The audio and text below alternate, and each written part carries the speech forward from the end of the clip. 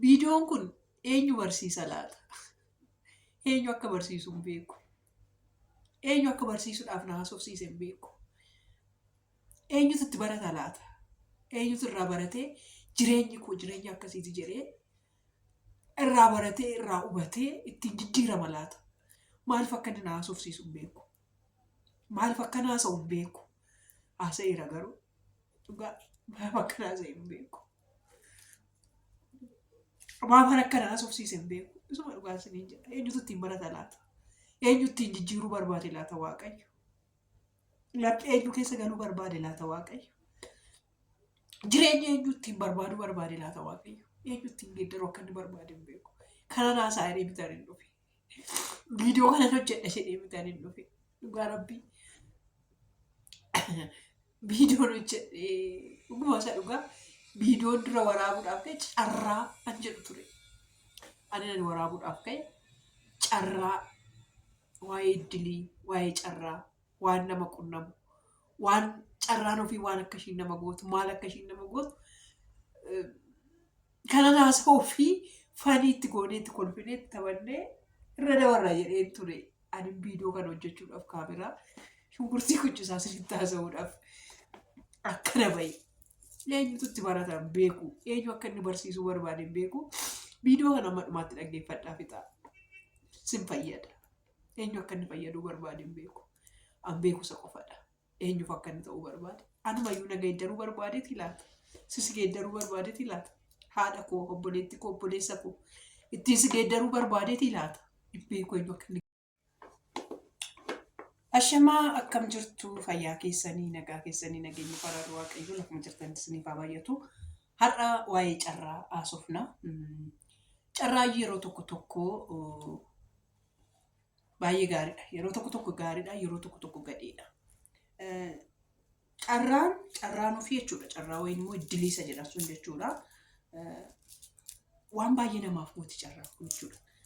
Carraa nama fakkeenyaaf waa tokko jalqabuudhaaf jettanii ani carraan qabu, ani waan akkasiin gochuu hin danda'u, waan akkasii uumuu hin danda'u jettanii ofitti wannoo jechuu dandeessu jechuudha. Waan ta'e jalqabuudhaaf kaatanii lakki ani carraan qabu baruu waan akkasii jalqabuudhaaf jettanii borutti karoorfattu.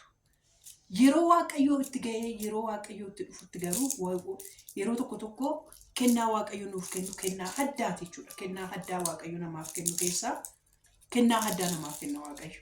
Anaaf kennaa addaa naaf kenne mucaa koo naaf kenne jechuudha kennaa addaa. Odoo mucaan koo jiraachuu baatte yuutuubii kanarra dhufan.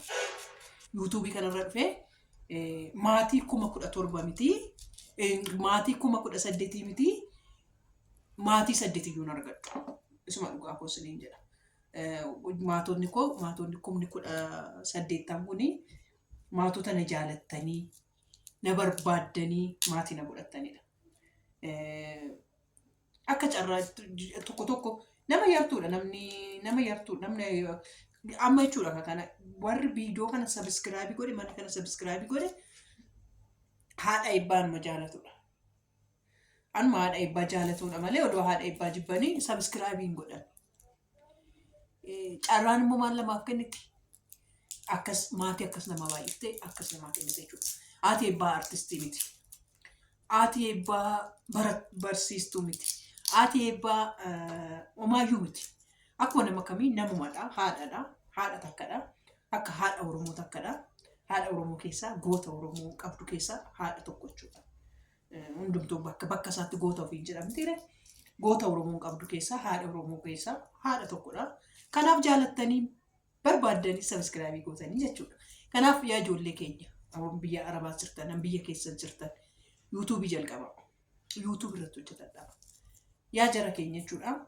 Taa'anii nama kadhachuurra hojjetaatii waa tokko. Ani amma fakkeenyaaf abbaan manaa koo maallaan jedhe seetan gaafa yuutuubii nan jalqaba jedhuuni yoo xiqqaatee viidiyoo 100 qabaachuu qabdaa naan jedhe. 100 waraabdee of harkaa qabaachuu qabdaa jedhe. Maadhaan hojjettaa jedhe. Faayidaa maalii qabdaa naan jedhe. Gaaffisaa sirriidha bar isuma dhugaati. Kaameraa maal qabdaa jedhe. Maaltu si harka jiraa yuutuubii jalqabda naan jedhe. Yeroo hunda jechuudhaan ani eebbuudhaan iyyuu mul'achuu hin barbaanne raaritii shoo dhaan mul'achuu barbaade. Maaliif akkuma nama kamii akkuma namni tokko odoon eebbuudhaan ala dhufeera ta'ee yoona kana sabiskiraayibiin kokkuma 100 galaa ture. Isuma dhugaan saniin jedha. Maaliif seetan? Laaritii shoodhaan namni keenya diraamaa jaalataa, namni keenya jireenya isa dhugaatti agarsiiftan miti. Jireenya sobaan feekidhaan jiraatamu kana inni ilaalaa ture. Jireenya sanan agarsiisuu barbaadee ture namni fakkeenyaaf jechuun fakkeenyaaf tokko odoo makiinaan qabaatiin makiinaa qaba jedhee bakka makiinaatti dhaqee viidiyoo waraabee maaliif jedhee of bossota. Yeroo tokko namoonni tokko keessa isaanii odoo beela'u kaameraa qofaaf dhiphatanii nyaata akkanas as baasanii adattiin hojjetanii deebisan jiru. Jechuun waan jiruuf jechuun sanii jedha jechuudha. Garuu isa kanaa keessaa baanu viidiyoo hojjetadha. Yuutuubii jalqaba ijoollee keenya yuutuubii hojjedha. Yuutuubii hojjettaniitu taanan irratti immoo dalagdaniitu taanan yuutuubiin sabiskiraayibii 1000 takka sa'aatii 4,000 barbaada. Viidiyoo tokko monetization ta'uu dandeessu. Keessattuu warri beekamtoonni mana namaa fa'aa diraamaa waan adda addaa fa'aa mana namaa fa'aa irra deemtan jechuudha. Ofii keessanii of beeksiftanii ofii keessanii beekamtanii yeroo tokkotti carraa kana yuutuubii keessan akka inni maallaqa dalagsiisu jalqabsiisuu dandeessu. Walumaa galatti yuutuubii irraa maallaqa nyaachuudhaaf warri aaktaroonni gugurdoonni warroonni gugurdoonni yoo akkam baay'ate ji'a tokko ji'a lama sanitti fudhata. Ji'a lamaan booda hangisiin birrii argattu jechuudha. Ji'a lamaan booda birrii inuma argattu. Nuyyuu warri kunoo ishiinuma viidiyoon koo xixiqqoo ilaalamti. Baay'ee xixiqqoodhaan ilaalamti. Ishumatu walitti coramee ji'a 3 ji'a 4 naa kaffala. Ji'a 3 ji'a 4 odoo ji'a 6 akkuma gaarii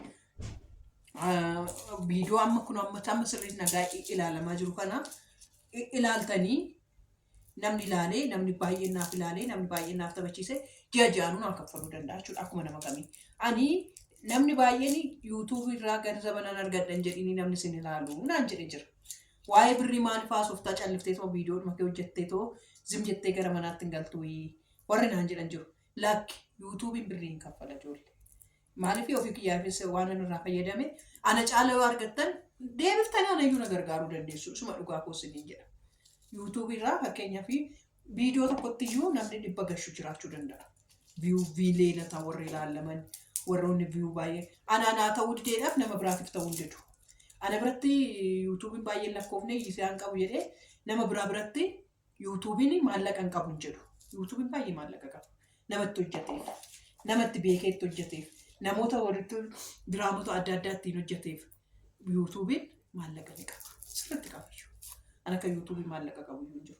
Tokkoffaan akka TikTok warra social media akkaawuntii akkaawuntii mataa kee itti barbaadde Itoophiyaan itti baankii Awwaash Oromiyaa an barbaadde itti gashitee ji'a ammaati $70 hojjette taanan $70 gadi siin kaffalu malee $70 geessette taanan sii kaffala.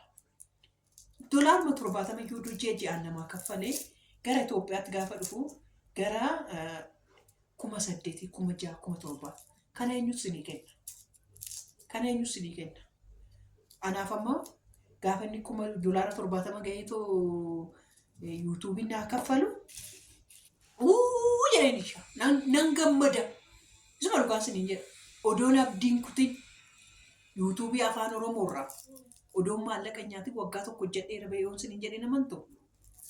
Isuma dhugaa odoon abdiin kutin 100 soggaan ilaalamu 200 soggaan ilaalamu maaliidhaan soggaan ilaalamu abdii odoon hin kutin olitti coramtee gaafa ishiin ji'a 3 ji'a 4 amma kan YouTube lamaandhaan olitti coramtee $70 gaafa naa gahu akka itti gammadu akka itti iyyu akka itti natti tolu jechuudha. Kanaaf yaa ijoollee kiyyaa warri immoo mana baadiyyaa jirtan hoggaa biyyatti galtan ijoollee biyyatti galan namoonni jajjabeessu namoonni ni ilaalu waan ta'eef maatii keessan faana biraankii adda addaa waa'ee ijoollee keessanii waa'ee oolmaa keessanii waa'ee waan keessa dabartan waan biyya arabaatti sin qunname ittiin barsiisuudhaaf sinii ta'aa jalqaba. Hoggaa mana maadaamii jirtan hoggaa waayifaa maadaamiitiif fayyadamtan nama jala qofa deemuu miti ofii keessaniifis of fayyadama. Ishee qaqqaalota koo hoggaa biyyatti Viidiyoon daqiiqaa takkaa namas hin balleessiti, namas hin fayyaddi. Akkamitti hojjettanii na gaafattanii viidiyoo daqiiqaan takkaa namichi tokko artistii beekamaa Salamoon wannoo jidduu kana Adoonaayi irratti hojjete makiinaa riil isteetiin Buruuk riil isteetiin makiinaa badhaase ni beektu. Namichi sun abbaan viidiyoo sakandii daqiiqaa takka hin guunne waraabe sun wayiin namichi kun waggaa 45 tiyaatirii mana mootummaa artistii guddaa Itoophiyaan qabu jedhamee hojjetamee isa maal godhe fuuteet itti ashoofuuf abbaan sun wayiin itti ashoofuuf ta'a wayiin gaddeetuma dhuguma ta'a dhoksaadhaan waraabee tiiktook irratti postote. Wayiin inni viyuu ittiin argachuuf ta'a. Wayiin immoo ittiin waan tokko sabsiisuuf fooloo ittiin godhe. Garuu jireenya jaarsa sanii hin jijjiiran. Isuma dhugaa kosin hin jedha. Waggaa 45 hojjetee ani hin arganetti guyyaa takkittiitti 50,000 kennee fi Adoonaayi. Inni ko ji'aan 7,000 moo 7,700 wannoon kun xurataan koo harka koo galaa jedhe. Garuu inni maal godhee mindaa ji'a meeqaa sa'a sakandii keessatti jijjiirsifne jijjiirsisee jechuudha. Kanaaf viidiyoon tuffatinaa ijoollee. Amma immoo dheengadda jechuudha. Dilbata dheengaddaa wannootu EBS'n barreessaa kitaaba 8 barreessee beekamaa laaqana warra harka qalleeyyiidhaaf laaqana irra deemee laatu laaqana laateef. Laaqana gaafa kennuufi maal ta'ee jeetan laaqana gaafa nyaachisuu namichi kun laaqana san abeetii miti wayin immoo abeetii miti jechuudha waan namichi sun akka carraa yoo ta'e Waaqayyo immoo baratti beekame baratti mul'adhu jedhe namichi kun waggaa meeqaaf barreessaa kitaaba baay'ee gurguddaa an fiilmitti geeddarame an maalitti geeddarame barreessaa guddaadha. Sakandii isaan hin barre akkasumas namootatu beekee namichi sana amma carraan dhufeef mun dhufte kitaabni isaa irra deebi'amee gurgurameef mun gurguramneef iyyaane moo iyyaane Waaqayyo baratti nama yaadatu qaba. Bara lakkaa'etti biddeen keessanii shaaggata malee bara lakkaa'etti Waaqayyo bara keessatti maal isinii godha isiniif kaffala isiniif deebisa. Kanaaf isin baratti mul'attan baratti mul'achuuf har'a bor hin jedhina keessa keessan dhufeera taanaan itti fayyadamaa. Kanaaf viidiyoon daqiiqaa takkaas beekamtii nama gooti. Viidiyoon daqiiqaa takkaas mana hidhaa nama gashitu akkuma wannoofaa kana jechuudha. Sabbi xiyyadeetoo mana hidhaatti akkuma gurguraman kana jechuudha. Yeroo tokko waan hojjennu waan goonu ofiin beekaa. Amma aadaa keenya duudhaa keenya eegaa ati eebbaa haadha akkamiiti? Eenyudha isheen? Maatii ishee irratti piraankii hojjechaa ofii ishiitiifis mucaa ishiitiif immoo akka fincaaniin hin gubanne daayiparii akka daayiparii dhabdeetoo harka namaan ilaalle. Akkasuma daawwattoonni kun maayidhaan bashannanu maayidhaan isaan bashannansiisa jettee dhimmitee nama hojjettudha. Aadaa koorraa yoo nani bayyuu daawwattoota qo'an baay'ee sin jaalladhu maal waqan baay'ee sin jaalladhu beektaa? Dhugaa rabbii laphee koorraan daawwattoota koo jaalladhu waa'ee daawwattoota kootii fi waa'ee eebbaa hoggaan kaasu imimmaan an dadhaba. Waa'ee eebbuu hoggaan kaasu waa'ee daawwattoota kootii hoggaan kaasu dhugaa rabbii isatti fakkeessuu miti jechuudha. Daawwattoonni koo ija kooti mastaawutii kooti.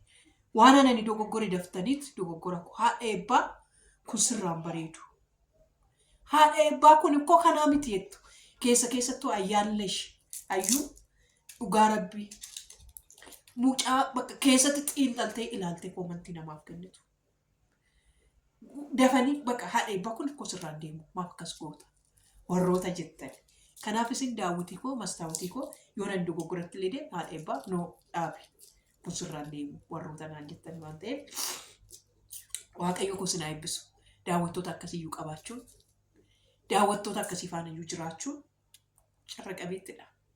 Viidiyoo isinitti dheeratee yaa isinitti dheerates dhaggeeffadhaa isin fayyada. Isin fayyada. Waan isin hin fayyadne gonkumaan hin fidu asirra beektu. Waan isin hin fayyadne waan isin hin gargaarre gonkuma isaa isinitti naamsu. Waan kolfaa soo ta'e waan nama kofalchiisu, waan nama barsiisu ta'e waan nama barsiisudha. Maaliif gaaf tokko isin fayyada. Bar tokko isin fayyada. Ijoollee koo waan taatan jirtu. Obbolaa koo waan taatan jirtu. Akkasumas ani jechuun bakka umurii adda addaa keessa amma 55tti na agarsiisan liistiin koo daawwattoota yuutuubiin namatti tolu daawwattoota waggaa 18 amma 65 jidduutti ani biratti dhufanii na daawwatanii sabiskiraayibonni gochuudha. Kanaaf guddaa isaanaaf galatooma hundum keessanii ni jirtu. Akkasumas warroonni barattanis warroonni hin barannes warroonni qabeenya qabdanis warroonni qabeenya hin qabnes hundi keessan waan na hordoftaniif guddaa isaanaaf galatooma. Warri sappoortii na gootan warri haadha eebbaa akkasinaan jettan dhugaa rabbii guddaa isaa galatooma. Ani kaameraa bareedaa qabaadhe ni miti. Kaameraa bareedaadhaan hojjedhee ni miti. Ani ittiin hojjedhu kaameraadhuma xiqqoo silkii kootiin silkiidhaan hundaan baay'een qorame. Ani akka kootii silkiidhaan qorameen jiru. Ammayyuu silkiidhaan qoramaan jira. Silkiin amma ittiin waraabaa jiru kuni maaliif akka inni silkiidhaan na qoru beeku? Iskiriiniin isaa irraa bu'uuf garuu buunee irraa bu'uudhaaf oollataa jira. Waaqayyo beekaadha. Maaliif akka inni godhu sun beeku. Suma dhugaan suniin jedha bara. Beekaadha inni beekaadha. Namni silkii ittiin bitadhu jedhee birrii naa ergeet gara laafettiin obboleessaaf ulfooftii jedha Oromoon gaban baaqu. Nama baay'ee rakkatee humnaan ol rakkatee jirutu ture. Yeroo sanatti jiituu jedhamti 25,000 naa ergite. Abbaa san isaan inni barbaachisu 25,000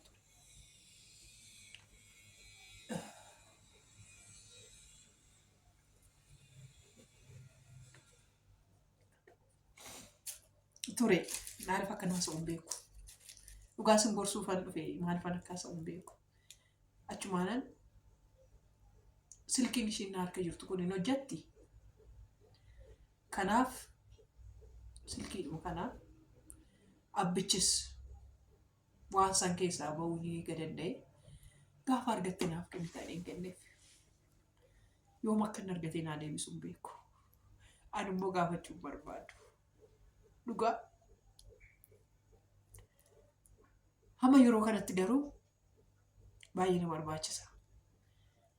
Abbichaafis Waaqayyo maallaqicha kenneefi anis jiituu kaasumaan dhiifama si gaafachaa waan maatii ofii waan ta'e hin dhossan mitiire haala hin dhossineef abbichi waan baay'ee nama dhibbisu waan ta'eef namichi abbichi kennameefi kanaaf na kenneefi abbichi rakkina san keessa ittiin baheera. Anis beeku bakka dhufee wayin namni tokko wayin abbaan tokko har'aanaa fi asitti jechuudha. Asitti har'aanaaf silkiin birqiinatti ta'uu hin danda'a. Maybe boru koo kaameraa gugurdaa, laayitii gugurdaa, istiidiyoo gugurdaa keessatti boru hojjechuu hin danda'a. Kanaaf har'a garuu akkan boru kaameroota saniif bakka kennuuf, laayitoota saniif bakka kennuuf ta'uu danda'a Waaqayyo an barbaade. Kanaaf silkiidhaan na qorata. Boru kennaa inni natti kenne sirriitti akkan cimsee qabuuf ta'a. Eebboo odoon hin godhatiin tura waan baay'ee na barsiise Waaqayyo. Waan baay'ee na barsiise. Barumsi inni na barsiisee darbe sun har'a mucaa kootiif haadha cimtuu ta'ee akkan ittiin boonee mucaa koo sinitti agarsiisee ani mucaa akkasiin qaba jedhee sinitti laphee koo dhiibee haasa'ee sin faana turu naaf godhe. Eenyu barsiisa laata?